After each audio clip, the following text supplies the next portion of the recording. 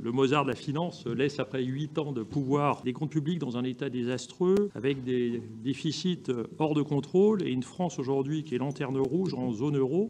Je ne fais plus de politique, monsieur Kozik, mais je fais pas beaucoup de musique, malheureusement.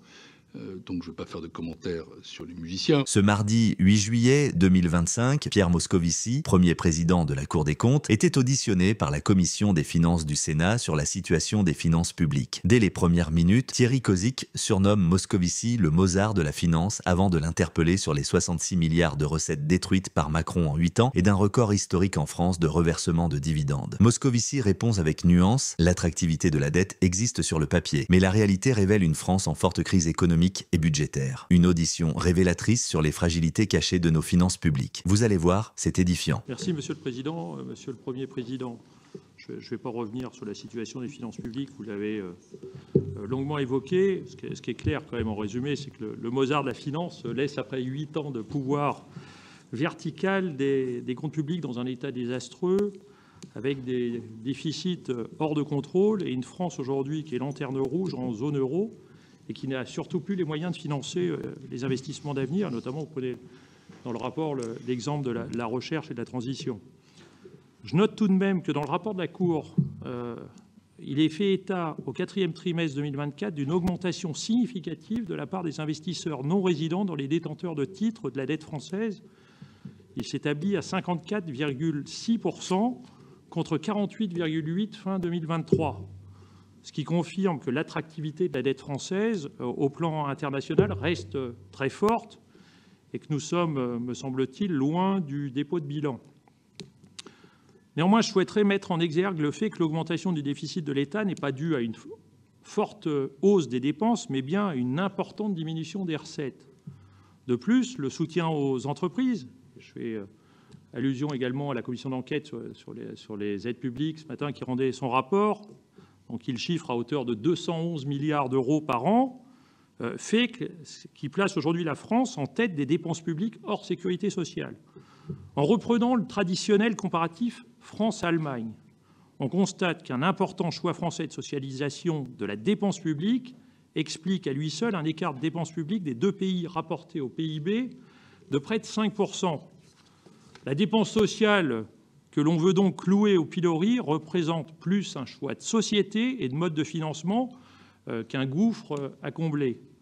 Je reviens donc au fait, le président Macron a détruit 66 milliards de recettes par an depuis 8 ans, sans nier l'exigence d'un travail de rigueur sur les dépenses.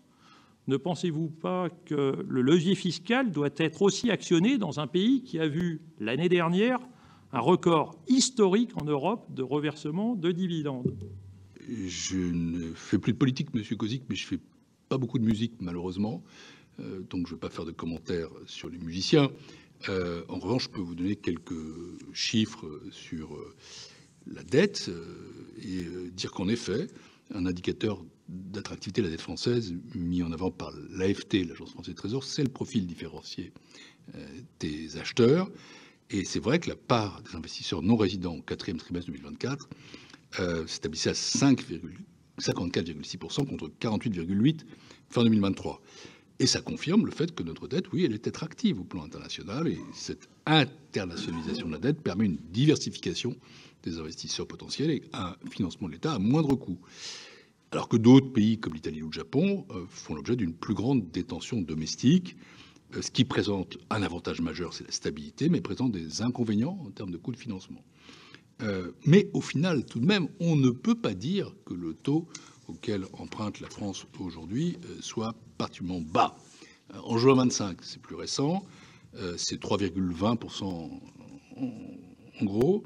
Le taux allemand est de 2,54, c'est moins, 74 points de moins. La France emprunte à des taux supérieurs à ceux de la Suède, 2,28, des Pays-Bas, 2,76, de l'Irlande, 2,95, de l'Espagne, 3,08, de la Belgique, 3,13, à peine moins cher que la Grèce, et l'Italie, 3,38, alors que les écarts, évidemment, étaient très conséquents avec ces pays. Et notre notation est bonne, mais pas si bonne que ça. Et non, je ne crois pas avoir été... je crois que je suis d'autant plus mesuré que la situation est grave. Je crois qu'il ne faut pas en rajouter dans les formules dans cette période, mais donner simplement des faits, des chiffres dire les choses comme elles sont, parce que ça doit être un point commun. Ce n'était pas un slogan, ce que je disais sur la dette publique est un ennemi commun. Disant ça, je n'incitais sûrement pas, parce que j'ai un petit peu de culture politique, la droite et la gauche à dire la même chose. Je dis simplement que, droite comme gauche, à partir du moment où on pense des politiques publiques, on doit le faire, que de considérer la dette comme un ennemi. Vous parliez de Pierre Mendès France, monsieur le sénateur. Moi, j'aime la formule de Pierre Mendès France qui disait que les comptes en désordre sont le signe des nations qui s'abandonnent. Évidemment, il disait aussi qu'il faut de la justice fiscale. Il disait enfin qu'il ne savait pas, et c'est ce que j'ai appris malheureusement un certain nombre de décennies de vie publique, je ne sais pas comment on fait des bonnes politiques publiques quand on n'a pas de bonnes finances publiques. Je ne voulais pas dire plus. Voilà, je voulais pas dire plus. Je voulais pas dire que c'était qu'il fallait traiter ça de manière commune, que j'appelais à un grand consensus. Ça, évidemment, chacun a ses préférences et heureusement, c'est ce qui nous fait une démocratie. En revanche, je ne sais pas comment quiconque peut présenter devant les Français un programme, une plateforme, des idées crédibles s'il ne s'attaque pas à cette question de la dette. Ça, j'avoue que je suis totalement incapable de le dire. Nous avons des échéances immédiates, préparer un budget. Nous avons des échéances plus lointaines, et elles sont politiques, tout le monde le sait, en 2027. Je ne vois pas comment on peut échapper à cette question. Quand je dis que nous sommes au pied du mur, je suis en train de vous dire que cette question, elle est devant nous et qu'elle doit être traitée. Et que si nous ne la traitons pas, alors nous allons taper dans le mur. Taper dans le mur, ça peut vouloir dire tout un tas de choses. On en a parlé au début de notre entretien, et je continue de le penser. C'est pas ce que je souhaite à mon pays. Nous devons impérativement réduire nos déficits, limiter dans un premier temps la vitesse de croissance de notre dette, puis ensuite infléchir notre dette. Si nous ne le faisons pas, en effet, nous serons confrontés soit à notre appauvrissement, soit à des accidents. Et peut-être les deux. C'est ça le sens de ce que je veux dire. Et je le maintiens. Je crois qu'il faut être très conscient de ça, encore une fois, quelles que soient les préférences politiques, idéologiques des uns et des autres. Ça devrait être quand même un constat. Et si la Cour des comptes sert à quelque chose, c'est à établir ce constat et à le dire aux Français, à informer le citoyen sur la réalité des choses. Voilà pourquoi je suis très mesuré, mais oui, la situation est quand même extrêmement sérieuse. Je vous ai entendu dire, on a le choix entre l'effort maintenant, avez-vous dit, ou l'austérité demain. Et ça a un peu résonné dans mes oreilles, et ça m'a rappelé des slogans électoraux. L'effort maintenant, c'est est-ce que ça fait appel, le changement, c'est maintenant.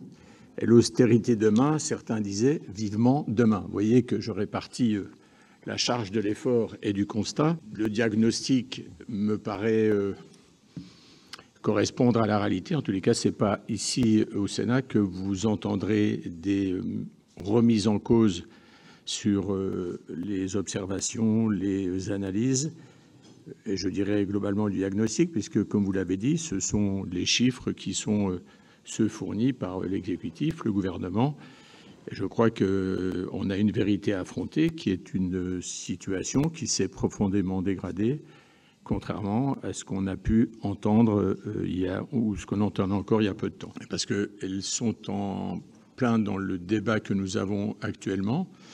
Elles font appel à des évolutions récentes concernant la loi de programmation des finances publiques, et elle nous interroge par rapport au budget de 2026 que je situe, moi, comme étant à la croisée des chemins. Vous avez dit au pied du mur. Est-ce que c'est au bord du précipice? On a entendu parler de l'Himalaya. Enfin, on cherche souvent des mots forts. Je pense en même temps qu'on n'est non pas tétanisé, mais à force d'avoir eu des perfusions en permanence, eh bien, on a l'impression que soit il n'y a plus de douleur, soit on ne veut pas regarder les choses dans la vérité de ce qu'elles révèlent. On parle pour 2026, puisque vous avez parlé d'une année blanche. Qu'en pensez-vous? Vous avez fait part dans la presse de vos réserves, considérant notamment qu'il ne s'agissait pas de réformes structurelles.